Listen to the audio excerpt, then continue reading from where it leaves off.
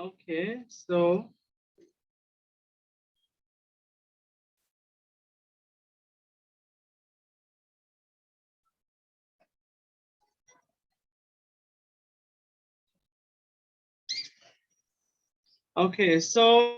আমাদের half life, sorry ড্রাগের half life. So half life আমরা যদি সিম্পল টার্মে বলি, the time it takes for the half of the drug to be eliminated from the body, অর্থাৎ একটা ড্রাগের half portion absorption, distribution, metabolism হয়ে এক্সক্রিয়েট হতে, অর্থাৎ ওই ড্রাগের হাফ অংশ এক্সক্রিয়েট হতে কত সময় লাগে সেটা হচ্ছে হাফ লাইফ।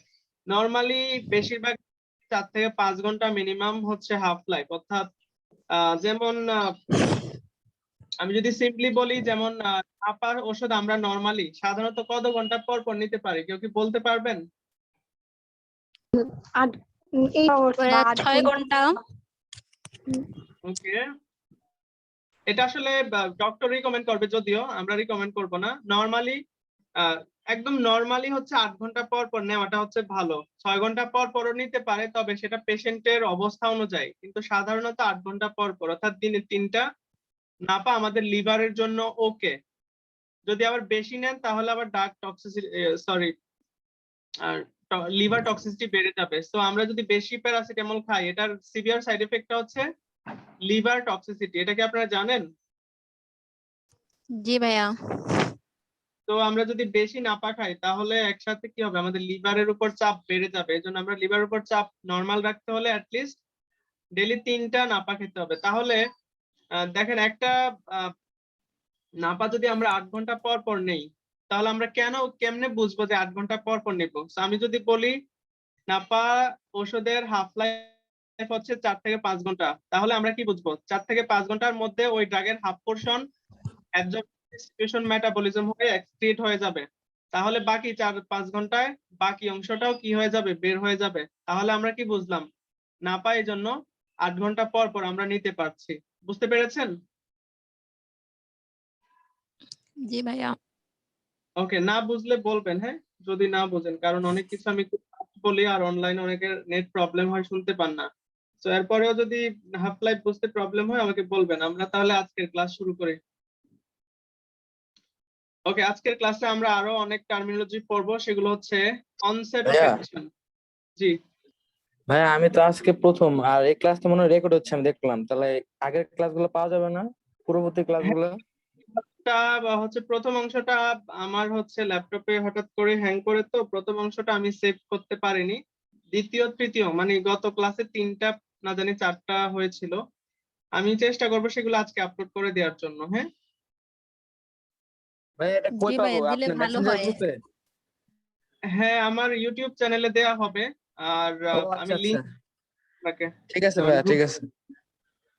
ওকে, সো আমরা এখন শিখবো onset of action, peak concentration, আর হচ্ছে ডিউরেশন অফ অ্যাকশন।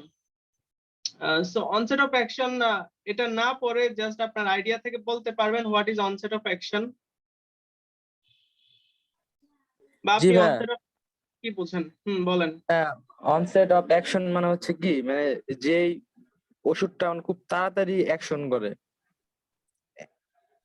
মানে এখানে অ্যাকশন নট, বলতে মানে কর্মক্ষমতা বোঝাইছে, এই জায়গায় কার্যকারিতা। এটা আসলে ভাইয়া ড্রাগের দ্রুত কত তাড়াতাড়ি ড্রাগটা ভাই কাজ একটা করবে। ড্রাগ কত দ্রুত কাজ করতে পারে? না, একটা ড্রাগ কত দ্রুত কাজ করতে পারে সেটা আবার ভিন্ন জিনিস হয়ে যাবে। এই জন্য টার্মিনোলজি গুলো ভালো আপনাদেরকে জানতে হবে।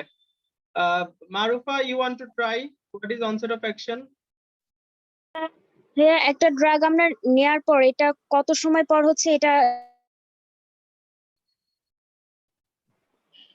শুনতে পাইনি, আবার রিপিট করো। ভাইয়া, এটা হচ্ছে যে কোন একটা ড্রাগ আমরা যখন অ্যাডমিনিস্ট্রেশন মানে হচ্ছে নিব, তখন হচ্ছে সেটা তার ফার্স্ট যে মানে সেটা তার কার্যকারিতা যে টাইমের মধ্যে শুরু করবে সেই টাইমটা। Very good. So onset of action মানে হচ্ছে, মানে আমরা একটা ড্রাগ নেওয়ার পর কত সময় পর তার ইফেক্টটা আমরা আসলে শুরু হওয়া দেখতে পাবো। ঠিক আছে, মানে কত সময় পর তার ওই ড্রাগের কার্যকারিতাটা মানে শুরু হবে, শুরুর সময়টাই হচ্ছে অনসেট অফ অ্যাকশন। অনসেট মানে স্টার্টিং পয়েন্ট। ধরেন আপনি নাপা খেলেন, হ্যাঁ, এখন কত সময় পর গিয়ে আপনার টেম্পারেচার কমতে শুরু করবে, ওই টাইমটাই হচ্ছে অনসেট অফ অ্যাকশন। ক্লিয়ার? জি ভাইয়া। মানে কত সময় পর ওই ওষুধটা তার কার্যকারিতা শুরু করবে, ওই প্রথম শুরু হওয়ার সময়টাই হচ্ছে onset of action. The time between administration and the first effect, the time between administration and first effect. যেমন সে ফর এক্সাম্পল আমি যদি রোগের ক্ষেত্রে অনসেট অফ অ্যাকশন বলি, যেমন মনে করেন আমি গত ক্লাসেও মেবি বলেছিলাম আমার কোভিড-19 হয়েছিল, পজিটিভ হয়েছিল অক্টোবর 2020। সো কোভিড-19 এর অনসেট অফ অ্যাকশন হচ্ছে আপনার 1 থেকে 14 দিনের মধ্যে আপনার সিমটম দেখা দিবে। ওই প্রথম কোন দিন আপনার সিমটম দেখা দিল ওইটাই হচ্ছে অনসেট অফ অ্যাকশন। অর্থাৎ আপনার রোগটা হওয়ার পর কত দিনের মধ্যে সিমটমটা দেখা দিল, এটা হচ্ছে রোগের ক্ষেত্রে। আর ওষুধের ক্ষেত্রে ওই ওষুধটা নেওয়ার পর ওই ওষুধের প্রথম ইফেক্টটা কোন সময়, অর্থাৎ অ্যাডমিনিস্ট্রেশন আর প্রথম ইফেক্টটার যে মাঝামাঝি যে সময়টা, ওই সময়টাই হচ্ছে onset of action. I think এটা আপনারা বুঝতে পেরেছেন। ওকে, নেক্সট হচ্ছে পিক কনসেন্ট্রেশন বা ম্যাক্সিমাম। পিক মানে কি? পিক মানে হচ্ছে টপ, সর্বোচ্চ। সর্বোচ্চ। পিক মানে হচ্ছে টপ বা সর্বোচ্চ বা ম্যাক্সিমাম। সো পিক কনসেন্ট্রেশন হচ্ছে মানে ম্যাক্সিমাম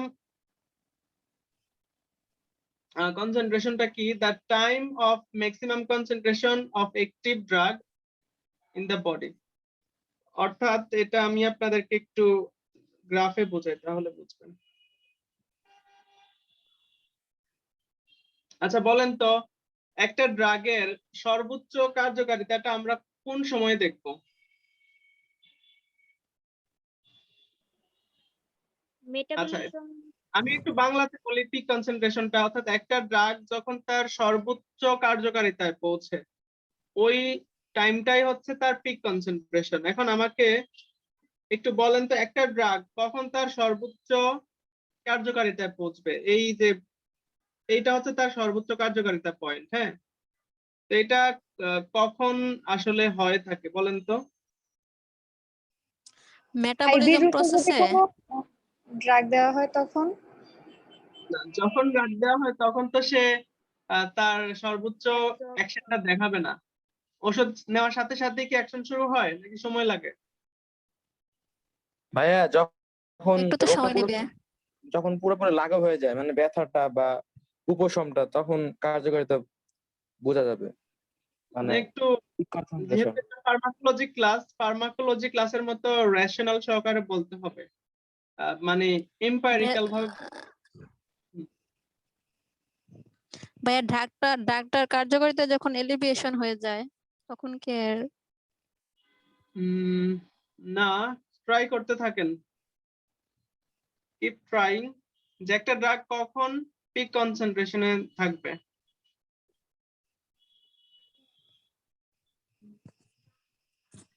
আচ্ছা এখানে সুন্দরভাবে এক্সপ্লেইন করা আছে, আমি একটু আপনাদেরকে as the body absorbs drug blood concentration level rises। অর্থাৎ আমরা ঔষধ নেওয়ার পর, হ্যাঁ, তখন কি হয়, ওটা যখন পুরোপুরি আমাদের ব্লাড স্ট্রিমে হচ্ছে চলে যায় তখন কি হয়, ব্লাডে ঔষধের ঘনত্বটা, কনসেন্ট্রেশনটা কি বেড়ে যায় না? বেড়ে যায়। ওকে, দেন জি কি ভাইয়া। ঘটে? The peak concentration level is reached when the absorption rate equals to the elimination rate। আমি আবারও বলছি, the peak concentration level is reached, অর্থাৎ একটা ড্রাগ কখন তার পিক কনসেন্ট্রেশনে পৌঁছাবে? যখন absorption rate equals to elimination rate। একটু চিন্তা করলে জিনিসটা বুঝতে পারবেন। যখন ওষুধের absorption rate এবং elimination rate হচ্ছে সমান, তখনই ওই ড্রাগটা পিক কনসেন্ট্রেশনে থাকে। কিভাবে দেখেন সেটা গ্রাফে দেখাই। ধরেন এতটুকু ড্রাগ হচ্ছে অ্যাবজর্ব হইলো, ঠিক আছে, এই পয়েন্ট, পিন পয়েন্টটা আর এই লো পয়েন্ট থেকে এই পিন পয়েন্ট সর্বোচ্চ পর্যন্ত মনে করেন অ্যাবজর্পশন হলো, আর বাকিটা হচ্ছে আপনার এলিমিনেশন রেট। এখন এই যে দেখেন এই টপ পয়েন্টটা আছে না, এই টপ পয়েন্টের পর থেকে তো ড্রাগ এলিমিনেশন হওয়া শুরু করে, মানে আমাদের শরীর থেকে বের হওয়া শুরু করে। শুরু করে কিনা? জি ভাইয়া। দেখেন জি ভাইয়া। এখানে এই পিক পয়েন্ট থেকে কি স্লোপটা কি উপরের দিকে গেছে না নিচের দিকে গেছে? পিক কনসেন্ট্রেশন থেকে স্লোপটা মানে এই নিচের ঢালটা এটা কি উপরের নিচে দিকে গেছে নিচের দিকে? ওকে, নিচের দিকে গেছে নিচের মানে নিচের দিকে। নিচের দিকে গেছে মানে সে আমাদের শরীর থেকে বের হয়ে যাচ্ছে, মানে এক্সক্রিয়েশন শুরু হয়ে গেছে। তো এজন্যই এটা বলছে যে যদি অ্যাবজর্পশন রেট এবং ইলিমিনেশন রেট যদি ইকুয়াল থাকে, ওই দুইটার মাঝামাঝি যে পয়েন্টটা সেটাই হচ্ছে আমাদের পিক কনসেন্ট্রেশন। আর পিক কনসেন্ট্রেশনেই ঔষধের সর্বোচ্চ ইফেক্টটা আমাদের শরীরে হয়ে থাকে। বুঝলেন? নাইলে আপু, জি ভাইয়া। ধরেন আমি বলি আপনার কাছে মনে করেন 100 টাকা আছে, ঠিক আছে? এখন 100 টাকার মধ্যে মনে করেন আপনি 50 টাকা খরচ করলেন, আপনার পকেটে আছে 50 টাকা। এই 50-50 মিলে কি হয়? 100 হয়। সো আপনার ওই 2-100 মাঝামাঝি সর্বোচ্চ পয়েন্ট হচ্ছে কি 50। 50। ওই 50টাই হচ্ছে আপনার কাছে টপ, অর্থাৎ আপনার 50 খরচ হবে আবার 50 আপনার কাছে থাকলো। ওই এই 50 আর এই 50 সর্বোচ্চ পয়েন্ট কত? 50 না? এইটাই হচ্ছে আপনার জি পিক ভাইয়া। এই টাইমে আপনি সর্বোচ্চ হচ্ছে ইয়া করতে পারবেন, মানে আপনার ইচ্ছা মতো আপনি কিনতে পারবেন বা যেটা আচ্ছা ওইদিকে না বলি, যদি ওষুধের কথা বলি তাহলে এই পিক কনসেন্ট্রেশনে ওষুধ তার সর্বোচ্চ ইফেক্টটা দিবে, তখন অ্যাবজর্পশন রেট আর ইলিমিনেশন রেট সমান থাকবে। ধরেন অ্যাবজর্পশন এখান থেকে শুরু হলো, শুরু হতে হতে কি হলো, স্লোপ উপরের দিকে উঠতেছে উঠতেছে উঠতেছে, এরপর এটা হচ্ছে তার পিক পয়েন্ট মানে পিক কনসেন্ট্রেশন। আর এই পিক কনসেন্ট্রেশনে যাওয়ার পর ওষুধের আবার কি হয়, ইলিমিনেশন শুরু হয়ে যায় আমাদের কিডনি দিয়ে বা কিডনি দিয়েই মনে করেন মূলত ইলিমিনেশন শুরু হয়। সো এই কিডনি মনে করেন ইলিমিনেশন আবার দেখেন এখান থেকে অল্প একটু হয়তো সমান ছিল, তারপরে আবার কি হলো, ইলিমিনেশন শুরু হয়ে গেল মানে এক্সক্রিয়েশন, তারপর জিরো হয়ে গেল। অর্থাৎ টোটাল মনে করেন নাপার ওষুধের কথা যদি বলি, আমরা শুরুর দিকে নাপাটা খেলাম, তারপর ওষুধের অ্যাকশন মনে করেন শুরু হয়েছে, তাহলে অ্যাকশন শুরু হওয়াটাই হচ্ছে অনসেট অফ অ্যাকশন, তাই না? মনে করেন জি ভাইয়া। এই আমাদের জিরো পয়েন্ট থেকে মনে করেন অনসেট অফ অ্যাকশন শুরু হয়ে গেল, মনে করেন 2 মিনিট পরে অনসেট অফ অ্যাকশন শুরু হলো ফর এক্সাম্পল। সে 2 মিনিট পর আস্তে আস্তে আস্তে আস্তে ওষুধটা তার কি হয়ে যাবে, পিক কনসেন্ট্রেশনে যাবে। পিক কনসেন্ট্রেশনে গেলে ওই ওষুধের অ্যাবজর্পশন আর ইলিমিনেশন সমান থাকে, তখন তখন ওই ওষুধের সর্বোচ্চ কার্যকারিতাটা আমরা দেখতে পাই, আর সেটাই হচ্ছে পিক কনসেন্ট্রেশন। আর পিক কনসেন্ট্রেশনে যাওয়ার পর ওষুধের ইলিমিনেশন প্রসেস শুরু হয়ে যায়, তখন ওষুধ আবার আস্তে আস্তে এই 8 ঘন্টা পর পুরাটাই ইলিমিনেট হয়ে যাবে আমাদের বডি থেকে, তখন আমরা আবার নেক্সট ডোজ পেশেন্টকে দিব। ওকে। ভাইয়া হ্যাঁ, আমার একটা মানে এমন কি আছে যদি ধরেন ওষুধটা মানে ইলিমিনেশন হলো না, খালি পুরোটা অ্যাবজর্পশন হয়ে গেল, তাহলে কি হতে হইতো আমাদের মানে দেহের জন্য? তো একটা ওষুধ যদি না, ওষুধটা তো আসলে বিজ্ঞানীরা ওইভাবেই তৈরি করে, অবশ্যই ওষুধটা বায়ো অ্যাভেলেবিলিটি থাকতে হবে। ওষুধটার বায়ো অ্যাভেলেবিলিটি কি ওয়ার্ডটার সাথে আপনারা পরিচিত আছেন? জি ভাইয়া শুনছি, বাট ভাইয়া ওইভাবে কেউ পারি না। Bio availability of the drug? ভাইয়া বলছিলেন এটা নিয়ে একদিন ডিসকাস করবেন, পজিশনে যে but পরিমাণ হয়নি। Drug available. আমি তো ডিসকাস অবশ্যই করব, বাট আপনাদের থেকে শুনলে জিনিসটা আরো ভালো এক্সাইটিং না, যে আপনারা জিনিসটা জানেন। ভাইয়া ভুলে গেছি, অনেক আগে বলছিলাম। গেলে নো প্রবলেম, আমি অন্যদের থেকে এক্সপেক্ট করি যদি পারেন বা যদি আইডিয়ার মধ্যে থাকে তাও বলতে পারেন। What is the bio availability of the drug? আমি তার কোশ্চেনে আবার ফিরে আসবো, কারণ এটার সাথে এটা রিলেটেড। ওকে, তো যদি জানেন প্লিজ বলেন, আর একটু ফাস্ট আমাদেরকে মুভ করতে হবে। আর যদি না জানেন আমি বলি, বায়ো অ্যাভেলেবিলিটি হচ্ছে এটা ড্রাগের অ্যাভেলেবিলিটি টু ভাইয়া যে পরিমাণ drug available in the system circulation. Circulation. Not really, ওরকম কিছু না। এটা হচ্ছে একটা ওষুধের ক্ষমতা বা ability to reach its target cell, অর্থাৎ একটা ওষুধ আমাদের বডির কোন সাইটে কাজ করবে, ওই ওষুধটার সেই অ্যাবিলিটিটা এবং তার এবিলিটি টু প্রডিউস অ্যাকশন। একটা ঔষধের সামর্থ্য সে আমাদের শরীরে কাজ করতে পারবে কিনা অ্যাকচুয়ালি, সেটাই হচ্ছে ওষুধের বায়ো অ্যাভেলেবিলিটি। সো অবশ্যই বিজ্ঞানীরা যখন কোনো ওষুধ তৈরি করেন অবশ্যই তখন সেটা বায়ো অ্যাভেলেবেল হতে হবে, কারণ সে যদি বায়ো অ্যাভেলেবেল না হয় তাহলে আমাদের শরীর সেটাকে নিতে পারবে না, তাই না? আমাদের শরীর সেটাকে ইউজ করতে পারবে না এবং ওই ওষুধ পারবে না। এজন্য এজন্য কি হয় দেখেন না, বিজ্ঞানীরা অনেক ট্রায়ালে পর ব্যর্থ হয়ে তারপর তো কোভিড-19 এর ভ্যাকসিন আসছে, নাকি প্রথম ট্রায়ালেই তারা সাকসেস হয়ে গেছে। তো তারা যদি যেমন বাংলাদেশের একটা কি একটা কোভিড-19 এর ভ্যাকসিন জানি নামটা মনে নাই, ওই যে গ্লোব বায়োটেকের, তাই না? ওরা হচ্ছে প্রাইমারি কিছু স্টেপ পাস করছে। তো ওই কিছু স্টেপ দিয়ে কি আপনি ওই ওষুধটা নিতে পারবেন, ওদের ওষুধটা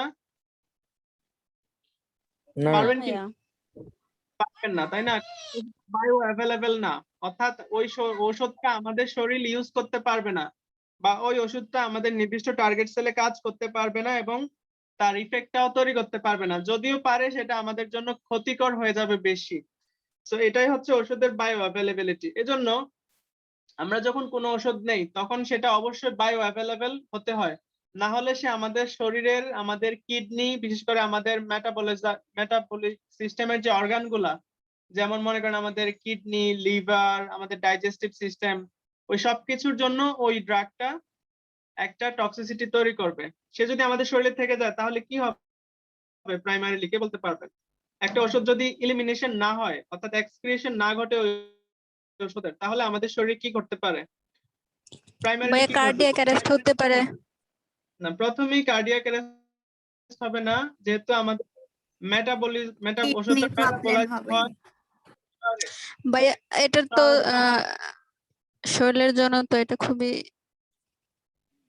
অবশ্যই সেটা ক্ষতিকর। সো কোনো ওষুধ যদি মেটাবোলাইজড হয় এবং সে যদি বের হতে না পারে তাহলে সে প্রাইমারিলি আমাদের লিভারকে টক্সিসিটি ইনক্রিজ করবে লিভারে, এবং এক পর্যায়ে সে লিভারে জমতে জমতে কি হবে, লিভার ড্যামেজ হবে বা লিভার ক্যান্সার হবে, আবার কিডনি ড্যামেজ হয়ে যাবে, কিডনি শাটডাউন করবে, কিডনি কাজ করা বন্ধ করে দিবে। সেই জন্য ওষুধ অবশ্যই বায়ো অ্যাভেলেবেল হতে হয়। So bioavailability of the drug বুঝতে পেরেছেন? সেটা হচ্ছে ওষুধের জি ভাইয়া। Ability to in its target cell, অর্থাৎ ওষুধ আমাদের নির্দিষ্ট একটা টার্গেট সেলে কাজ করে, টার্গেট টিস্যুতে কাজ করে, তাই না? সো ওই জি অ্যাবিলিটি অফ ভাইয়া দ্য ড্রাগ, আমরা একটা ওষুধ শুধু নিলেই হবে না, আমাদেরকে জানতে হবে ওই ওষুধটা কোন সিস্টেমে কাজ করবে। প্রাইমারিলি তো যদি আমরা কোন ওষুধ আমাদের যখন ড্রাগে দেই তখন সে পুরা শরীরেই চলে যায়, বাট আলটিমেটলি তার একটা টার্গেট সেল আছে, সে ওই টার্গেট সেলে কাজ করে। ওই টার্গেট সেলে কাজ করার এবিলিটি থাকতে হবে ওই ওষুধের। এটাই হচ্ছে ড্রাগের বায়ো অ্যাভেলেবিলিটি। এগুলো নিয়ে আমরা আরো ডিটেইলস ডিসকাশন করব in our upcoming classes. Okay, so এখানে আরো দুইটা ডেফিনেশন আছে, সেটা হচ্ছে duration of action. So duration of action হচ্ছে the length of time the drug produce its therapeutic effect. So therapeutic effect কি, এখন এটা কি মনে আছে আপনাদের? ফার্মাকোথেরাপিউটিক্স আর থেরাপিউটিক ভাইয়া ওই ইফেক্টের যে মধ্যে এটার সাথে মিল রেখে বলেন। ভাইয়া একটা ড্রাগ যখন আমরা ট্রিটমেন্টের জন্য নেই, মানে রোগটাকে উপশম করার জন্য বা দূর করার জন্য, সেই ক্ষেত্রে এই ড্রাগটা কতটুকু কাজ করতেছে, তার যে সময়টা লাগতেছে, টোটাল সময়টা। ওকে, ডিউরেশন অফ অ্যাকশন হচ্ছে the length of time the drug produces it's therapeutic effect, অর্থাৎ একটা ডিজিজের জন্য যে আমরা কোন একটা স্পেসিফিক ড্রাগ নিচ্ছি, কত সময় লাগছে ওই ওষুধটার তার টোটাল অ্যাকশনটা, অর্থাৎ টোটাল ইফেক্টটা বা থেরাপিউটিক ইফেক্টটা তৈরি করতেছে। থেরাপিউটিক ইফেক্ট মানে হচ্ছে আমরা কোন একটা ডিজিজ, অবশ্যই ডিজিজ বা ইলনেস প্রিভেনশন এবং ট্রিটমেন্ট নেওয়ার জন্যই তো একটা ওষুধ নিচ্ছি, ওই টোটাল পয়েন্টটাই হচ্ছে কি তার therapeutic effect. So duration of action হচ্ছে একটা ড্রাগের লেন্থ অফ টাইম, কত সময় লাগছে তার থেরাপিউটিক ইফেক্টটা তৈরি করার জন্য, এটাই হচ্ছে তার ডিউরেশন অফ অ্যাকশন। যদি আরেকটু ডিটেইলস জানতে চাও তাহলে এখানে আছে। জি, ধরেন আমি একটা ট্যাবলেট খাইলাম, ট্যাবলেট খাওয়ার পর আমার 2 ঘন্টা পর কাজটা করলো, তো এই 2 ঘন্টা সময়টাই তো ডিউরেশন অফ অ্যাকশন, তাই না? রাইট। সো আমি যদি বলি আমার টেম্পারেচার বেড়ে গেছে, আমার জ্বর এখন 102, আমি যদি নাপা একটা নাপা খাই, একটা নাপাই যদি আমার টেম্পারেচারকে নরমালে নিয়ে আসে, ওইটাই হচ্ছে তার duration of action. So the duration of action it's length of time the drug produces it's therapeutic effect, অর্থাৎ তার থেরাপিউটিক ইফেক্ট তৈরি করতে ওই ড্রাগটা টোটাল কত সময় লাগছে, সেটাই হচ্ছে ওই ড্রাগের থেরাপিউটিক ইফেক্ট। বুঝতে পেরেছেন? ওকে, ভাইয়া। with therapeutic level, the amount of drug needed to produce an effective action. So therapeutic level হচ্ছে একটা ড্রাগের অ্যামাউন্ট, ওকে, কতটুকু ড্রাগ। থেরাপিউটিক লেভেল মানে হচ্ছে একটা ড্রাগের কতটুকু পরিমাণ, how much drug needed to produce an effective action. Okay, অর্থাৎ যেমন আমি যদি বলি আমার জ্বর হয়েছে, আমি জ্বর দিয়ে বুঝাই যেতে এটা আপনারা সহজেই বুঝেন। তো মনে করেন আমার জ্বর হয়েছে, তো আমি এখন ডক্টর আমাকে বলছে যে 3 দিন 3 বেলা করে নাপা খাওয়ার জন্য, তারপর আমার ওষুধ মানে জ্বর সেরে যাবে। তো এই যে দ্য অ্যামাউন্ট অফ ড্রাগ, অর্থাৎ আমি যে আমার টেম্পারেচার কমানোর জন্য ধরেন আমি 24 ঘন্টায় বললাম, ধরেন একদিনই বললো, তাহলে আমি 8 ঘন্টা পর পর 3টা নাপা নেওয়ার পর যদি আমার টেম্পারেচার নরমালে চলে আসে, ওইটাই হচ্ছে থেরাপিউটিক লেভেল অফ ড্রাগ। অর্থাৎ ধরেন 100 mg plus 500 mg plus 500 mg, এই যে 1500 mg অর্থাৎ 1500 mg, মানে একটা নাপা মানে যেহেতু 500 mg, সো 3টা নাপা কত 1500 mg। তো 1500 mg হচ্ছে আমার জন্য কি থেরাপিউটিক ডোজ, ঠিক আছে, অর্থাৎ আমার নরমাল করার জন্য। তো থেরাপিউটিক লেভেল বা থেরাপিউটিক ডোজ হচ্ছে একটা স্পেসিফিক রোগ সারার জন্য টোটাল কতটুকু বা হাউ মাচ বা কি পরিমাণ, হাউ মাচ সরি কি পরিমাণ অ্যামাউন্ট, হ্যাঁ, কি পরিমাণ বা কি অ্যামাউন্টের ড্রাগ লাগছে ওই ডিজিজটাকে নরমাল করার জন্য, সেটাই হচ্ছে থেরাপিউটিক ডোজ বা থেরাপিউটিক লেভেল অফ ড্রাগ। ওকে ওকে, এই গ্রাফটা আমরা অলরেডি ডিসকাস করলাম। সো এখানে অনসেটটাকেও দেখাচ্ছে, দেখেন এখানে গ্রাফের মাধ্যমে বুঝলে আরো ইজিলি বুঝবেন। So amount of drug in the blood, আমাদের ওয়াই অ্যাক্সিসটা কি দেখাচ্ছে, amount of drug in the blood, আর এক্স অ্যাক্সিস দেখাচ্ছে টাইম। ওকে, এটা হচ্ছে আমাদের টাইম, আর এটা হচ্ছে আমাদের ব্লাডে কি পরিমাণ ওষুধটা কনসেন্ট্রেটেড আছে।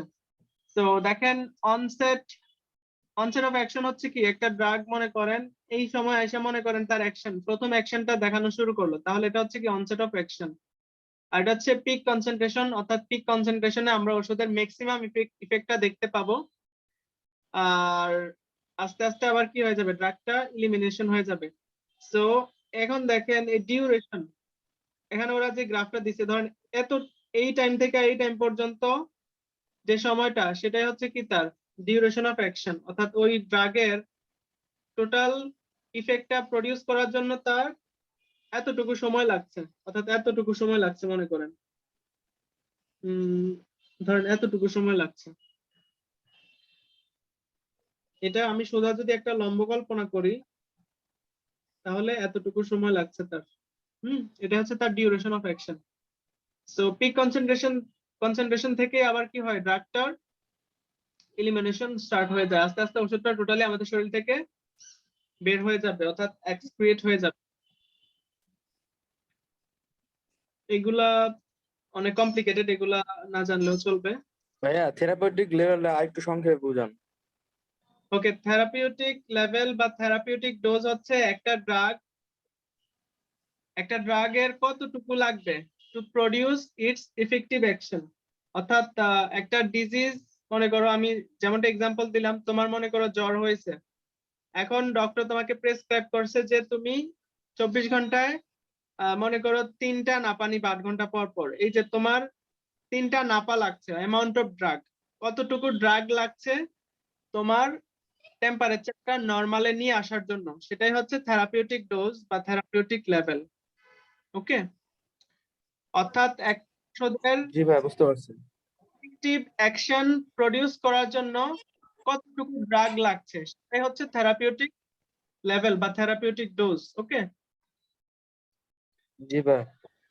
দেন হচ্ছে আমরা শিখবো ফার্মাকোডাইনামিক্স এর মধ্যে what the drug does to the body, অর্থাৎ একটা ড্রাগ আমাদের শরীরে কি করে সেটা হচ্ছে ফার্মাকোডাইনামিক্স।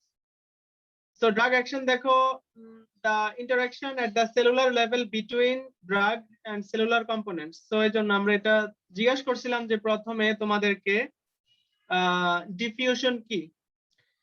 সো তোমরা কি ওই যে প্যাসিভ ট্রান্সপোর্ট সিস্টেম করছো? আচ্ছা তোমাদেরকে কি বায়োলজি পড়াইছে নার্সিং এ? ভাইয়া এটা ফিজিওলজিতে আছে, প্যাসিভ ট্রান্সফিউশন, ডিফিউশন, অসমোসিস এগুলা। এগুলো তোমাদের ফিজিওলজিতে আছে। আমাদের আইবিটি তে নার্সিং এ আমাদের বায়োলজি আলাদা ছিল, সো আমরা এগুলো বায়োলজিতে পড়ছি যদিও। ওকে, সো এটা হচ্ছে আমাদের ডিপ্লোমাতে ওই বায়োলজি সাবজেক্ট আছে না, ওই যে কি বলে বেসিক সায়েন্সের মধ্যে ছিল, আবার ওই অ্যানাটমি ফিজিওলজিতে ছিল। ওকে, সো এখন আমাকে তোমরা বলতে পারবা what is passive transportation system, active transportation system আর প্যাসিভ ট্রান্সপোর্টেশন সিস্টেম? মানে এটা ভাইয়া যেটার মধ্যে এনার্জি, হ্যাঁ হ্যাঁ রাইট, ওকে, এনার্জি রিলেটেড। ভাইয়া একটা হচ্ছে এনার্জি রিলেটেড। ওকে, অ্যাক্টিভ এনার্জি লাগে না প্যাসিভ এনার্জি লাগে? ভাইয়া অ্যাক্টিভে Active এ এনার্জি লাগে। লাগে, পেসিভে এনার্জি লাগে না। রাইট, সো প্যাসিভ ট্রান্সপোর্টেশন সিস্টেমে হচ্ছে কোনো requires no energy, but active transportation সিস্টেমে requires some energy. Okay energy. Okay, so আমরা সেটা আর একটু পরে বলি। সো এখন ড্রাগ অ্যাকশন দেখো, the interaction at the cellular level between a drug and cellular components. So আমাদের যে সেলের মধ্যে যে কম্পোনেন্ট গুলো আছে, can you tell me some cellular components name? Mitochondria, Golgi complex, Golgi apparatus, then cytoplasm, mitochondria, cytoplasm, Golgi apparatus, তারপরে nucleus, আর কতগুলাই তো আছে। এগুলা তো বললো হবে, you have to name their name না, বলেন। জি ভাইয়া। আমাদেরকে জানতে হবে ভাই না nursing এন্ডোপ্লাজমিক component রেটিকুলাম, কি কি? মাইটোকন্ড্রিয়া, গোলজি কমপ্লেক্স, তারপরে নিউক্লিয়াস, তারপরে সেল মেমব্রেন, সেল আর মেমব্রেন, সাইটোপ্লাজম, রাইবো। রাইবোজোম, তারপর হচ্ছে কি ক্রোমাটিড, নিউক্লিয়াস, একজনে নিউক্লিয়াস। সবগুলো করেন তো, দেখা যায়? ভাই দেখতেছি না, একটু বড়। জি ভাইয়া স্ক্রিন দেখেন, দেখা যাচ্ছে। জি দেখা যাচ্ছে না? স্ক্রিন বড় করলে তো ভাইয়া ক্লিয়ার না, মানে স্ক্রিন বড় দেখা যায়, করলেও দেখা হচ্ছে যায়। জাফ। জুম করে নিলে দেখা যাচ্ছে। যাই তো। হ্যাঁ এখন দেখেন, জি ভাইয়া, এখন জি হ্যাঁ, ভাইয়া সব দেখা যাচ্ছে। নাম বলেন। Nuclear membrane, cell membrane, cytoplasm, Golgi apparatus, তারপর হচ্ছে এন্ডোপ্লাজমিক রেটিকুলার, সেন্ট্রিওলস, তারপরে ribosome, nucleolus, chromatin, lysosome, nucleus, mitochondria. Okay, আমাদের সেল কম্পোনেন্টস বা সেল অর্গানেলস, অর্থাৎ একটা সেলের মধ্যে কি কি কম্পোনেন্ট বা কি কি ছোট ছোট অঙ্গাণু থাকে সেগুলো হচ্ছে সেল কম্পোনেন্ট বা cell component of cell. Component.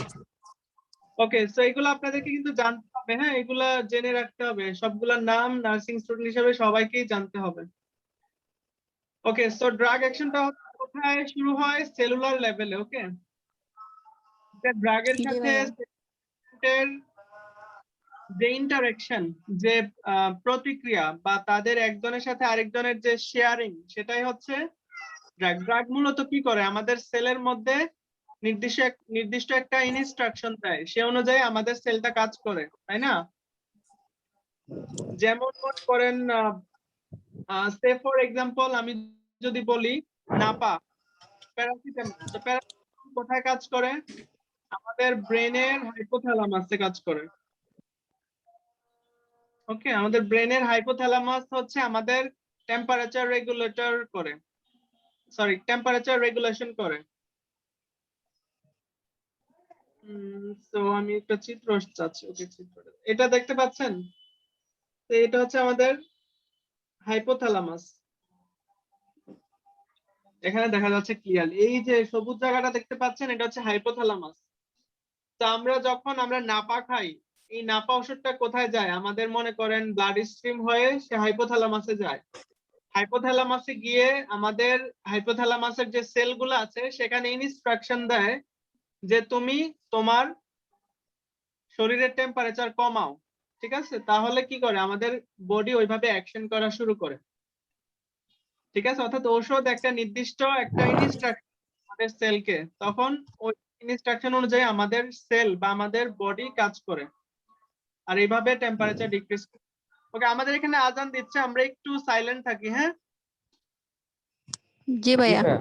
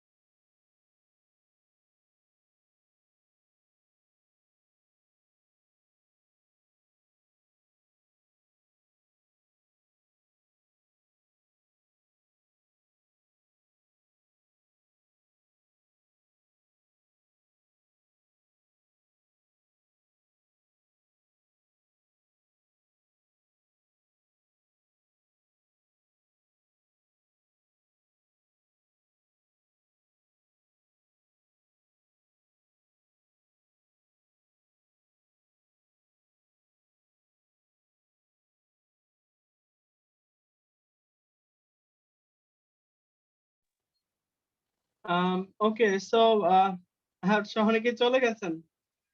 why he why it happened I don't know. Okay, so আসলে আমরা এখন দেখছিলাম ড্রাগ অ্যাকশন। সো ড্রাগ অ্যাকশনটা মূলত কোথায় ঘটে? জি ভাইয়া আছে। ওকে, ড্রাগ অ্যাকশনটা কার সাথে কার ঘটে? ড্রাগের সাথে আমাদের সেলুলার কম্পোনেন্টের যে ইন্টারঅ্যাকশনটা ঘটে। ধরো ড্রাগ যখন আমাদের সেলুলার কম্পোনেন্টের সাথে দেখা হয়, তারা যখন মিট করে, তাদের মধ্যে কিছু শেয়ারিং হয়, কিছু ইনস্ট্রাকশন শেয়ারিং হয়। সো এই ঘটনাটাই হচ্ছে ড্রাগ অ্যাকশন। ওকে, So drug action হচ্ছে interaction at the cellular level between a drug and cellular components, অর্থাৎ drug এর সাথে cellular component এর যে interaction, যে কাজ বা যে ফাংশন, সেটাই হচ্ছে কি drug action। আর drug effect হচ্ছে the response resulting from a drug action। তো ড্রাগ ইফেক্ট কি? আমরা তো জানি থেরাপিউটিক ইফেক্ট, অর্থাৎ কোনো ঔষধ সারানোর কোনো রোগ সারানোর জন্য আমরা যে ওষুধ নেই, তারপর যে একটা ইফেক্ট তৈরি হয়, সেটা হচ্ছে থেরাপিউটিক ইফেক্ট। আর ড্রাগ ইফেক্ট হচ্ছে এই সেলুলার লেভেলে ড্রাগ এবং আমাদের সেলুলার কম্পোনেন্টের মধ্যে যে অ্যাকশন, সেটার কারণে যে চেঞ্জ আমাদের শরীরে দেখা যায়, যে রেসপন্স আমরা দেখতে পাই, সেটাই হচ্ছে ড্রাগ ইফেক্ট। যেমন আমি যদি বলি নাপার এক্সাম্পলটাই যদি আবার দেই, তাহলে আমি যখন মনে করো নাপা খেলাম, তারপর কি হবে? ব্লাড স্ট্রিম হয়ে নাপাটা কোথায় যাবে? আমাদের হাইপোথ্যালামাসে যে ইনস্ট্রাকশন দিবে, অর্থাৎ হাইপোথ্যালামাস সেল এবং নাপা অর্থাৎ প্যারাসিটামলের মধ্যে যে ইন্টারঅ্যাকশন, সেটা হবে কি ড্রাগ অ্যাকশন। এই তাদের ইন্টারঅ্যাকশনের ফলে আমাদের শরীরে যে টেম্পারেচার কমবে, সেটাই হচ্ছে কি ড্রাগ ইফেক্ট। অর্থাৎ এই ওষুধটা কি টেম্পারেচার ডিক্রিজ করার জন্য কাজ করলো। ড্রাগ ইফেক্ট এবং ড্রাগ অ্যাকশন বুঝতে পেরেছেন আপনারা সবাই?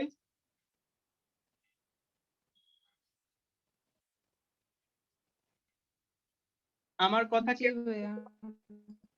ভাইয়া আরেকবার যদি একটু বলতেন। ওকে, সো ড্রাগ অ্যাকশনটা হচ্ছে আমাদের সেলুলার কম্পোনেন্ট। একটু আগে যে আপনাদেরকে সেল দেখাইলাম, এই যে সেল, ওকে, সো ঘটনাটা ঘটে সেলুলার লেভেলে। অর্থাৎ মনে করেন একটা ড্রাগ আমাদের সেলে আসলো, তারপর তাদের মধ্যে একটা ইন্টারঅ্যাকশন হবে, অর্থাৎ তারা কিছু ইনস্ট্রাকশন বা কিছু ফাংশন একে অন্যের সাথে কি হবে? শেয়ার করবে। অথবা ঔষধের কিছু অংশ আমাদের যে সেল মেমব্রেন আছে, সেটা ভেদ করে সেলে যাবে, তারপর সেলকে একটা ইনস্ট্রাকশন দিবে, তারপর আমাদের সেলটা ওইভাবে কাজ করবে। সেটাই হচ্ছে কি ড্রাগ অ্যাকশন। অর্থাৎ সেলুলার কম্পোনেন্টের সাথে ড্রাগের যে ইন্টারঅ্যাকশন, সেটা হচ্ছে ড্রাগ অ্যাকশন। কি বললাম? সেলুলার কম্পোনেন্টের সাথে ড্রাগের যে ইন্টারঅ্যাকশন বা ড্রাগের যে কাজ বা ড্রাগের যে ফাংশন, সেটাই হচ্ছে ড্রাগ অ্যাকশন। এখন ড্রাগ অ্যাকশনের কারণে আমাদের শরীরের মধ্যে যে চেঞ্জ আসে, অর্থাৎ ওই ড্রাগটা নেওয়ার পর ড্রাগ অ্যাকশন অর্থাৎ ড্রাগের সাথে আমাদের কম্পোনেন্টের ইন্টারঅ্যাকশনের পর আমাদের শরীরে না একটা ইফেক্ট হচ্ছে কাটা কেমনে কল কল করতেছ না ইয়া বাইক করতে বাইরে গেল তুমি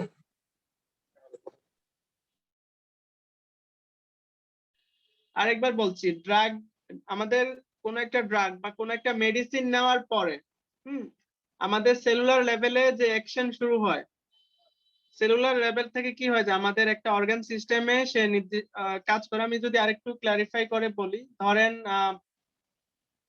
মনে করেন আপনি একটা পেইন মেডিকেশন খেলেন, তাহলে সে কি করবে? আমাদের নার্ভাস সিস্টেমে কাজ করবে, তাই না? পেন মেডিকেশন কোথায় কাজ করে? আমাদের নার্ভাস সিস্টেমকে হয় সে ব্লক করে দেয়, অথবা তাকে অন্যভাবে হেল্প করে। আমাদের নার্ভাস সিস্টেমকে কি রাখে? সে একটু রিল্যাক্স করে দেয়, তখন আমরা কি কোনো ব্যথা পাই না। তো আমি যদি এটার ক্ষেত্রে বলি, তাহলে আমাদের নিউরন যে আছে নার্ভাস সিস্টেমের সেল, তাহলে ড্রাগ অ্যাকশন যদি বলি, তাহলে আমাদের নার্ভাস সিস্টেমের সেল নিউরনের সাথে যে ড্রাগের ইন্টারঅ্যাকশন, সেটা হবে ড্রাগ অ্যাকশন। এবং এই ইন্টারঅ্যাকশনের ফলে ধরেন আমার ব্যথা কমে গেল, এই ব্যথা কমে যাওয়াটা হচ্ছে ড্রাগ ইফেক্ট। অর্থাৎ ড্রাগ ইন্টারঅ্যাকশন বা ড্রাগ অ্যাকশনের কারণে আমাদের শরীরে যে চেঞ্জটা আসবে বা যে রেসপন্সটা আমরা পাবো ড্রাগ নেওয়ার কারণে, সেটাই হচ্ছে ড্রাগ ইফেক্ট। আবার আমি যদি নাপার এক্সাম্পলটা আবার বলি, তাহলে নাপা খাওয়ার পর সে আমাদের হাইপোথ্যালামাসে কাজ করে, অর্থাৎ হাইপোথ্যালামাস সেলের সাথে কাজ করে।